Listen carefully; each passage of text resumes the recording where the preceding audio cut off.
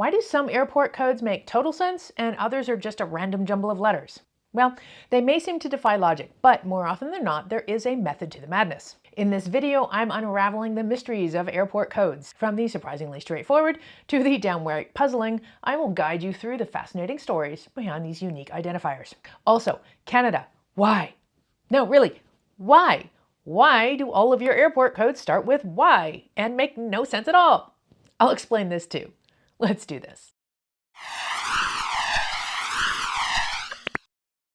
So what exactly are airport codes and why are they so important? Well, they're kind of like the DNA of airports. Each code is unique and has a specific purpose in identifying airports around the world. The history and evolution of these codes is a journey that takes us back to the early days of aviation when the need for standardization was growing rapidly. During the 1920s and 1930s, there was a dramatic increase in air travel.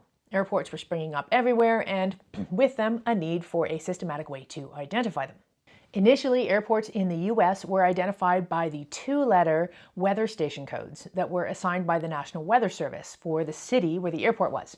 But as the number of airports exceeded the combinations available in a two-letter system, a new method was necessary. This gave birth to the three-letter airport codes that we know today. The United States was the pioneer in this transition, with the American National Weather Service playing a significant role. Initially, they simply added an X to existing two-letter codes to form a new three-letter code. This is why many US airports have codes that don't seem to match their city names. They were based on the original weather station codes. For example, Los Angeles is known as LAX, where LA was the original weather station code and then the X was added to form the three-letter airport code. Phoenix is PHX. Portland is PDX, and amusingly, Sioux City in Iowa is SUX. As air travel continued to grow globally, the need for an international standard became clear. This led to the formation of the International Air Transport Association, IATA, in 1945.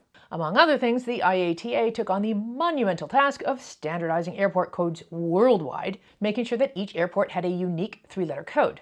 These codes were carefully crafted to provide a unique identifier for each airport around the world, and some have some intriguing stories. In many cases, airport codes are just the first three letters of the city's name. For example, Amsterdam is AMS, Atlanta, ATL, Melbourne, Australia, MEL, Berlin, BER, and Rome, ROM.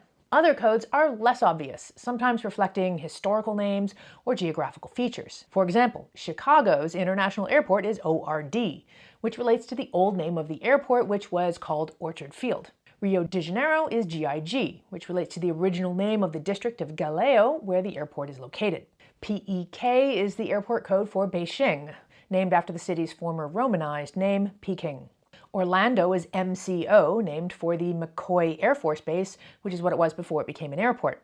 And LHR is the code for London Heathrow Airport, which is named after the ancient hamlet called Heathrow, where the airport is built. Then there are airport codes that are abbreviations of the name of the airport itself rather than the city. Paris's main airport is CDG because the airport is named after Charles de Gaulle. John F. Kennedy International Airport in New York City is, of course, JFK.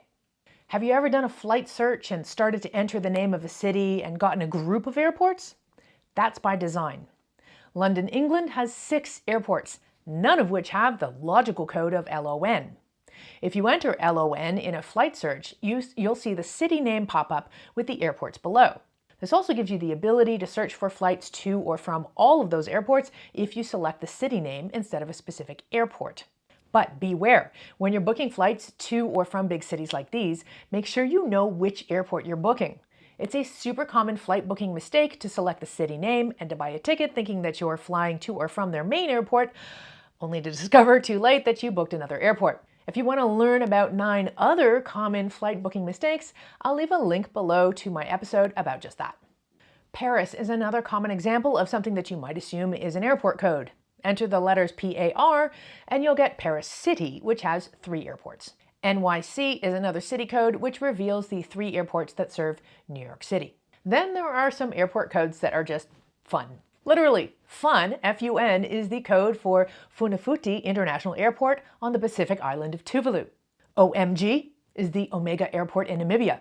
LOL is Derby Field Airport in Nevada, which of course makes no sense unless you know that LOL stands for Lovelock City. EEK is for a small fishing town in Alaska. And then there are some less fortunate airport codes. From what I found in my research, they're for airports in non-English speaking countries, so it's a bit of a giggle for us. P and Poo? Yeah, they're airports. P is in Russia and Poo is in Brazil. Can you guess what the airport code is for Fukuoka in Japan? Yeah, you bet. FUK. Canada is where everything goes haywire on a few different levels. First of all, almost all Canadian airports start with Y. For example, Toronto is YYZ, Vancouver is YVR, Montreal, YUL. But even beyond the Y, which I'll explain in a minute, the rest of some of these codes make no sense. I mean, VR for Vancouver, yeah, it's a stretch, but I can get there. But YZ for Toronto?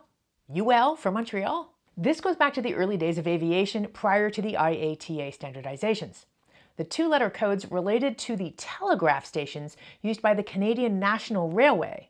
That's the history of it, but unfortunately the actual selection of letters still doesn't make any sense. The YZ for Toronto relates to Malton, which is the region where Toronto's main airport is located.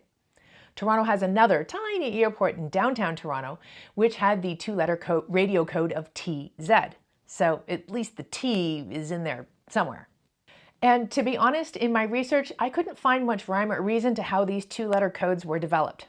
The Y at the front, though, has an explanation.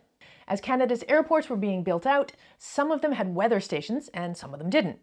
Pilots needed to know if an airport had a weather station, so the airports that did have weather stations had a prefix of Y for yes. And since all of Canada's main airports had weather stations, this is why today most Canadian airport codes start with Y. There are a few exceptions to the Y rule with Canada's airports, but they are very small airports or private airfields. By the time the IATA stepped in to standardize international airport codes, Canada's codes were pretty much a mess, so they just stuck with what we already had. If you travel a lot, you will find that airport codes are kind of like a language of its own. And if you speak with or write to other frequent flyers, you might even find yourself referring to places by their airport code. Beyond their practical applications of making sure that you're actually flying into or out of the right place, airport codes can also add an element of fun and trivia to travel experiences. Many travelers enjoy learning about the unique stories behind airport codes. If you come across an airport code that doesn't make sense, look it up. There might be an interesting bit of history behind it.